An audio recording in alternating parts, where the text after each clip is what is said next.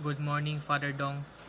In this video presentation, I will give a summarization regarding Aristotle's concept of nature.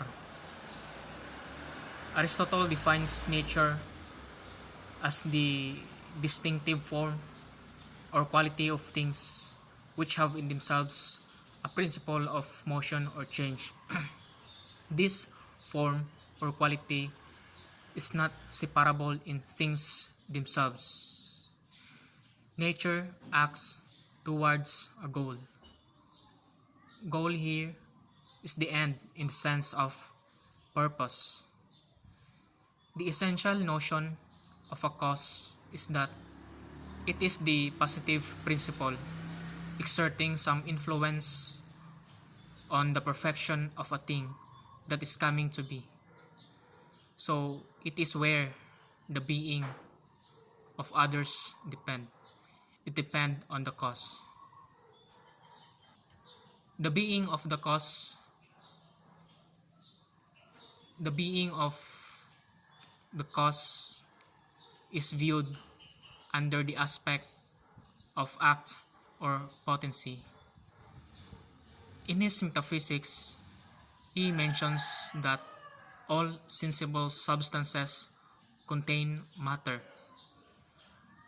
Matter is a substance in a way that in all opposite processes of change, there is something that underlies behind these processes of change, and this is matter. Substance exists as matter or as form or as the combination of matter and form. Say for example, in analyzing the nature of a table,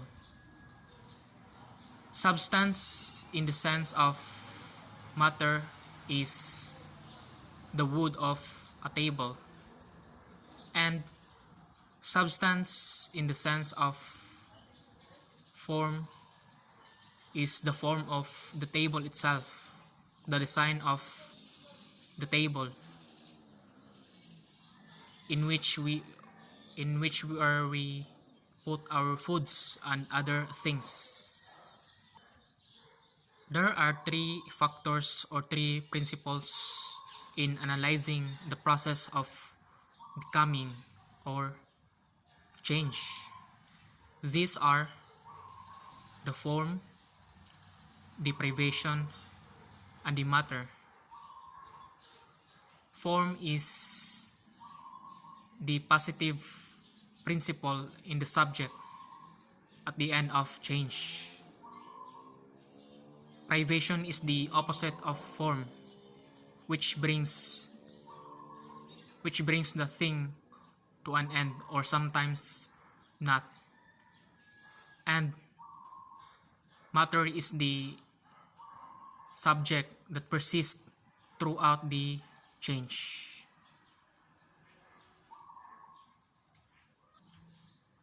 There are two basic types of change. These are the accidental change, which is the change of an accident of a thing, and the substantial change, which is the change of a substance of a thing. Example of an accidental change is the growth of a puppy into a dog, and the example of a substantial change is the tree that becomes into a chair. So substance really change in this kind of change. Matter is itself a potency. It is the principle of indetermination of an essence. There are two kinds of matter, and these are the primary matter, which is the subject of substantial change, and the secondary matter, which is the subject of accidental change. Form is the actuation of matter, and unlike the matter, it is the principle of determination of an essence. The difference between the essence of material being and immaterial being is that the essence of material being is made up of matter and form, while the essence of simple or immaterial being is identical with its form, or the form is its entire essence.